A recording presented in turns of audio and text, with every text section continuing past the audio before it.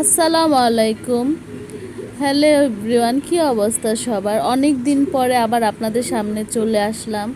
আসলে যে গরম পড়েছে এখন আর ভিডিও টিডিও করতে ইচ্ছে করে না। তো যাই হোক, আজ হচ্ছে বৃহস্পতিবার। বৃহস্পতিবার তো সকালবেলা আমার রুমের অবস্থাটা হচ্ছে এইরকম করে ফেলেছি। সকালবেলা 7টা বাজে আজকে ঘুম থেকে উঠে নাস্তা করেছি। সকালবেলা যেহেতু কারেন্ট চলে গিয়েছে, গরমের দিন সবচাইতে বড় সমস্যা হচ্ছে এই কারেন্টের। তারপর আলহামদুলিল্লাহ এবার প্রতিবারের তুলনায় এবার অনেক কমই কারেন্টের ঝামেলা হচ্ছে। তো সর্বপ্রথম যেটা করছি সেটা হচ্ছে নিজের বেডটা গুছিয়ে নিচ্ছি। আর আমার কাছে মনে হয় গরমের দিনে যত পাতলা পুরাতন বেডশিট আপনি ইউজ করতে পারেন ঘুমানোর জন্য ততটাই আরামদায়ক হয়ে থাকে। তো সর্বপ্রথম সকালবেলা নাস্তা কমপ্লিট করে আগে আমি আমার শোবার রুমটা গুছাই, কারণ আমার কাছে মনে হয় শোবার রুমটা ক্লিন হয়ে গেলে অর্ধেক কাজ হয়ে যায়। হাজব্যান্ডকে বাজারে পাঠিয়েছি সবজি আনার জন্য। এখন গরমের মধ্যে কোনো কিছু রান্না করলেও আসলে ভালো লাগে না খেতে, কারণ বেশি ঝালও খাওয়া যায় না, আবার হচ্ছে যে ভুনা তরকারিও খাওয়া যায় না, সবজিটাও ওরকমভাবে পাওয়া যায় না। শীতের সবজিগুলো যেরকম মানে অনেক সবজি থাকে, ভ্যারাইটিস থাকে সবজিতে, গরমের মধ্যে ওরকম থাকে না। তো যাই হোক, যা আছে সেভাবেই চলতে হবে। তো এখানে আমার ননদের সাথে আমি কথা বলছি। আমাদের সকালবেলা প্রায় এরকমই হয়, আমি ঘর গোছাতেই থাকি এবং ওর সাথে কথা বলতেই থাকি। সবচাইতে বেস্ট পার্ট হচ্ছে আমার রুমে সারাক্ষণই মানুষ কেউ না কেউ আসে, ভালো লাগে। মানুষের ভালোবাসা পেতেও অনেক বেশি ভাগ্যের দরকার হয়। আমার আশেপাশে যারা থাকে তারা সবাই আমার আপনের চাইতেও খুব বেশি ভালো। তো যাই হোক, আমার ননদের সাথে কথা বলতে বলতে বিছানা গুছিয়ে সেখানে যেও দাঁড়িয়ে দাঁড়িয়ে তার সাথে কথা বলছিলাম এবং অন্যান্য কাজগুলো করে নিচ্ছিলাম। সংসারে আপনি সকালবেলা ঘুম থেকে উঠে একটা মেয়ে যত কাজই করতে যাক না কেন, সেখানে যে দেখবে আরেকটি কাজ তার জন্য রেডি হয়ে রয়েছে।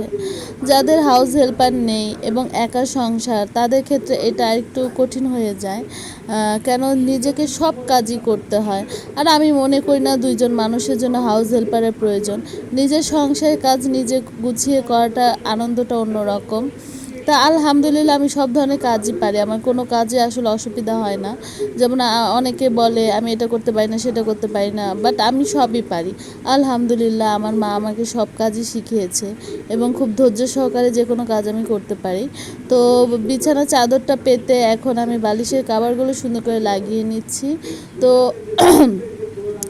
এই বালিশের কাভারগুলো লাগানোর পর লাগাতে লাগাতে এখানে আবার আরেকটা আপু চলে আসছে, তার সাথে কিছুক্ষণ সময় দিলাম, তার সাথে একটু কথা বললাম।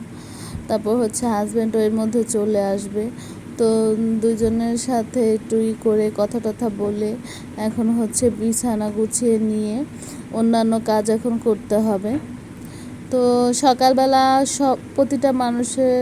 প্রতিটা মেয়ের সকালের রুটিন হচ্ছে সর্বপ্রথম আমার মনে হয় ঘর গোছানো, তারপর রান্না বান্না করা। আমারও সেভাবে শিডিউল অনুযায়ী চলে। তো আজকে হাজব্যান্ডও বাসায় ছিল, তো সেরকম কোনো প্রবলেম হয়নি। আর সে বাসায় থাকলে কাজটা একটু লেট করেই হয়, যেহেতু নাস্তা বা ঘুম থেকে ওঠা একটু লেট হয়ে যায়, তো রান্নার কাজে বা ঘর গোছানোর কাজে আমার তখন একটু লেট হয়ে যায়।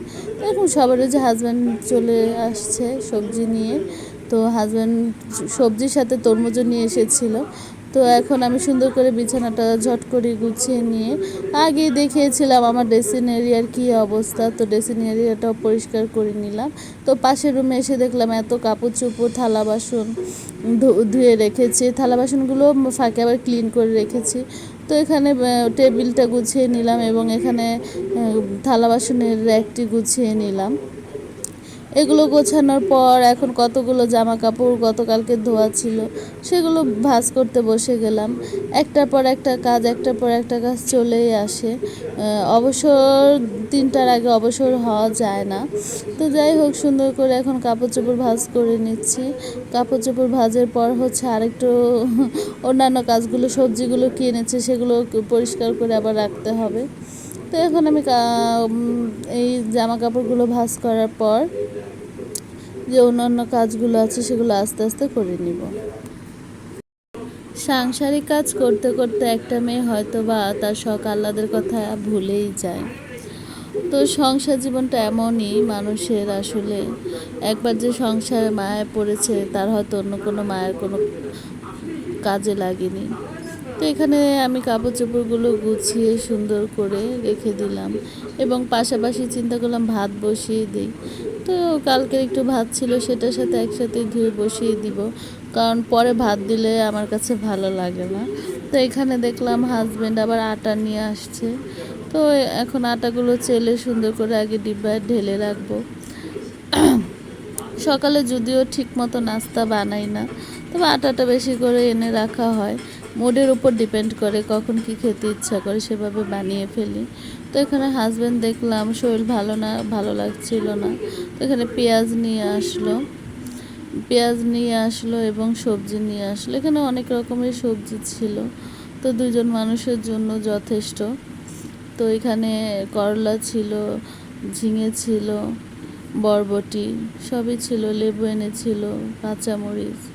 তো বাজার থেকে সকালবেলা সবজি আনলে ফ্রেশ সবজিগুলো পাওয়া যায় এবং ভালো লাগে দেখতে। যাই হোক, আসার সময় সিঙ্গারা নিয়ে এসেছি, যেহেতু অনেক সকালে নাস্তা করেছি, খেলাম এবং টুকটাক কোটা বাছা করে নিলাম রান্নার জন্য এবং চলে এসেছি রান্না করতে। খুব বেশি হেভি না, সিম্পল রান্না করব। শুটকি দিয়ে একটু সবজি রান্না করবো আর একটু মাছ দিয়ে সবজি রান্না করব। গরমের মধ্যে আগেই বললাম ভুনা টুনা খেতে ভালো লাগে না। তো দুই চুলায় যথারীতি আমি আমার রান্না বসিয়ে দিয়েছি। সব কাজ গুছিয়ে রান্না করতে এসেছি আজকে। তো রান্না করে বাকি যে কাজগুলো থাকে, ঘর মোছা, কাপড় ধোয়া, এগুলো করব। আবার হুটহাট করে মাঝে মাঝে এই কাজে সে কাজে বের হতে হয়। তো এখানে সুন্দর করে শুটকি দিয়ে সবজিটা আগে রান্না করছি এবং পাশের চুলায় পাশাপাশি মাছের তরকারিটাও রান্না করছি। আসলে পোয়া মাছটা আমাদের ভেজে খেতে খুব বেশি ভালো লাগে না, তাই এই মাছটা আমরা কষিয়েই রান্না করে থাকি। আমার হাজব্যান্ডের পছন্দ না ভেজে মাছ রান্না করা। বিশেষ বিশেষ কিছু মাছ, যেমন পোয়া মাছ, ইলিশ মাছ, এগুলো আমার হাজব্যান্ড ভেজে খাওয়াটা পছন্দ করে না। তো তার সাথে 6 বছর ধরে থাকতে থাকতে আমার এরকম অভ্যাস হয়ে গিয়েছে, ভালোও লাগে এখন, তাই ওইভাবে আর ভেজে রান্না করি না। তো অনেকে আবার ভাবতে পারেন কেন ভাজি না, আসলে খাবারটা হচ্ছে যার যার চয়েসের ব্যাপার, যে যেভাবে খেয়ে শান্তি পায় এবং যার কাছে যেরকম ভালো লাগে সরি, সে সেভাবে খায়। তো আমি এখন এখানে মশলা কষিয়ে সুন্দর করে মাছটাকে আগে কষিয়ে নিব। মাছটা কষানোর পর তুলে রেখে আবার সবজিটা কষিয়ে মাছটা ছেড়ে দিব। তো এর পাশে আমি শুটকিটাও সুন্দর করে কষিয়ে নিচ্ছি। এটা মলা শুটকি, ঢ্যাঁড়স, বেগুন, আলু দিয়ে, 2টা বেগুন ছিল তাই দিয়ে দিয়েছি। ঢ্যাঁড়স দিয়ে আমি প্রায় শুটকি খাই, আমার কাছে ভালোই লাগে। তো এখানে সুন্দর করে মাছগুলো কষিয়ে নিব। দুইজনের জন্য যতটুকুই রান্না করি না কেন বেশি হয়ে যায়। তো আর আমি এমনি তো মেপে রান্না করতে পারি না, বেশি হোক কম যাতে না হয়, এটা আমার অভ্যেস। বলতে গিয়ে আমার মা এবং আমার শাশুড়ির মতোই, দুইজন এরকমই করে, বেশি হোক যাতে কম না হয়। তো আমি সেভাবেই এখন রান্না করি, সুন্দর করে রান্নার পাশাপাশি অন্যান্য কাজগুলো গুছিয়ে নিব। তো সবাই গরমে কী অবস্থা এবং গরমটা কিভাবে আপনারা কাটাচ্ছেন অবশ্যই কমেন্ট করে জানাবেন এবং সবার জন্য দোয়া করি যাতে আল্লাহ তাআলা এই গরমে সবাইকে সুস্থতা দান করে, অসুস্থ না হোক। বিশেষ করে বয়স্ক এবং বাচ্চাদের প্রতি আমরা বেশি যত্নশীল হই। তো যার যার দায়িত্বগুলো পালন করার চেষ্টা করি। তো এখানে যাই হোক, মশলা কষানোর পর সবজিগুলো দিয়ে দিলাম। এখানে সবজিগুলো দিয়ে দেওয়ার পরে একটু নেড়েচেড়ে নিলাম, কালারটা সুন্দর আসছে। আমার কাছে এইসব তরকারি খেতে ভালো লাগে, কার কাছে কেমন লাগে আসলে জানি না। শুটকির তরকারি আমার কাছে খুবই বেশি ভালো লাগে, যদি আমার হাজব্যান্ড খুব বেশি একটা পছন্দ করে না।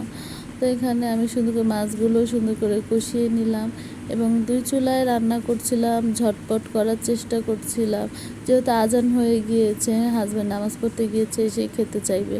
তো এর মধ্যে আমাকে গোসলও সেরে নিতে হবে, কারণ আমার হাজব্যান্ডের একটা অভ্যাস, সে যখন বাসায় থাকে সে আমাকে ছাড়া খেতে বসে না।